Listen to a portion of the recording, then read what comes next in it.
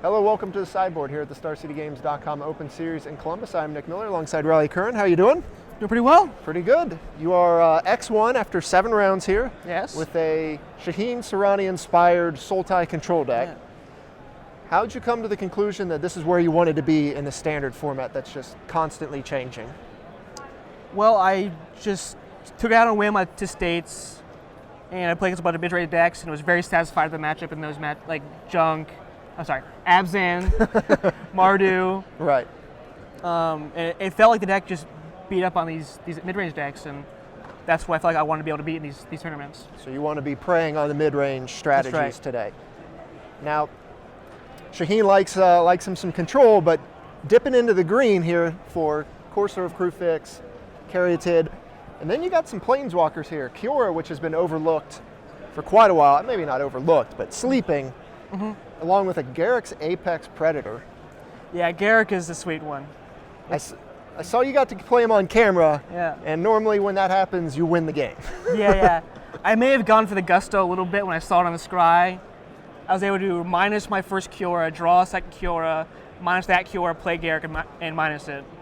I should have just minus Kiora, play Garruk, and had Hero's Downfall up. But for the camera, I had to live it up. Right, I believe Cedric said something along the lines of, that's the greatest turn I've ever seen. Not known to hyperbole, but yeah, the things this deck does when you have the interactions between Kiora, Corsair, and like the scry lands, or when you're filtering array lands to play more lands and get like the multiple deck interactions off Corsair. You get to see so many cards. Yeah.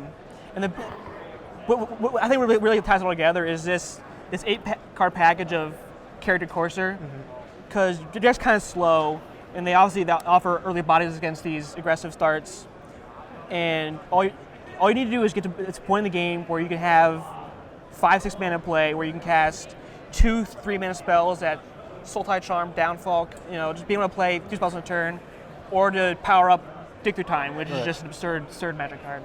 Right, that is the card where you've really just been pulling ahead in the matches I've seen. You get all your mana out, you got all your dudes in the way, then you just find whatever you need. Yeah, just trade 1 for 1, 1 for 1, and then eventually you cast this Dig Through Time, and you find these powerful cards like Aether Spout, Silence of Believers, Garruk, where they're cards that are worth more than their one card often. Especially Silence of the Believers, you pay 7. And right. When you have the plethora of mana that this deck allows you to have, Silence of the Believers is just a super blowout. I saw you take care of like an active Xenagos as well as another creature with it. And the only reason I was able to set that up is because I was able to Aether Spouts 4 attacking creatures a couple turns prior. He plays out Xenagos into a guy, and then I have 7 mana available to hit guy on Silence of the Believers. Right. Just buys you enough time to set up. And then during that time, I had Corsair in play to set up my mana. Right, just super important. Just generating value the whole time. Yeah. Prognostic Sphinx, you got 3 of, was sort of like the go-to finisher in the block decks. You've brought him back where some people have said it's not quite where you want to be, but in this style, not pure control, not like Perilous Vault and all that stuff.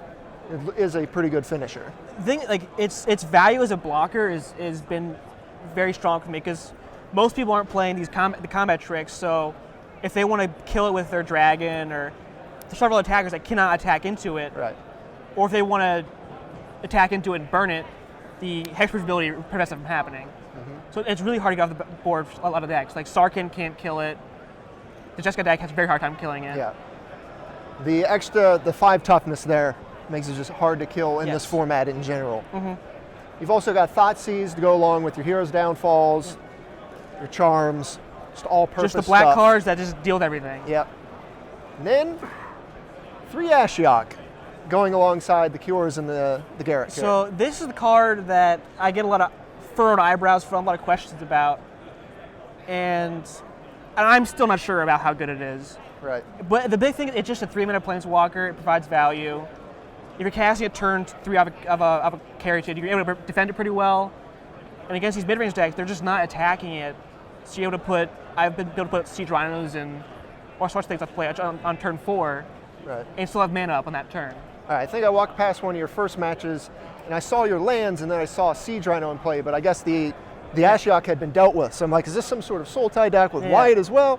Turns out you have Ashiok just I was able to take a Siege value. Rhino and a, what's the 3/3 Watchwolf guy? The Fleecemane Lion. Fleecemane Lion. Yeah. And I was able to do hexproof him with the Caryatid for white mana. Now that is fun, being able to do that. So this deck is pretty sweet. Let's take a look at the sideboard.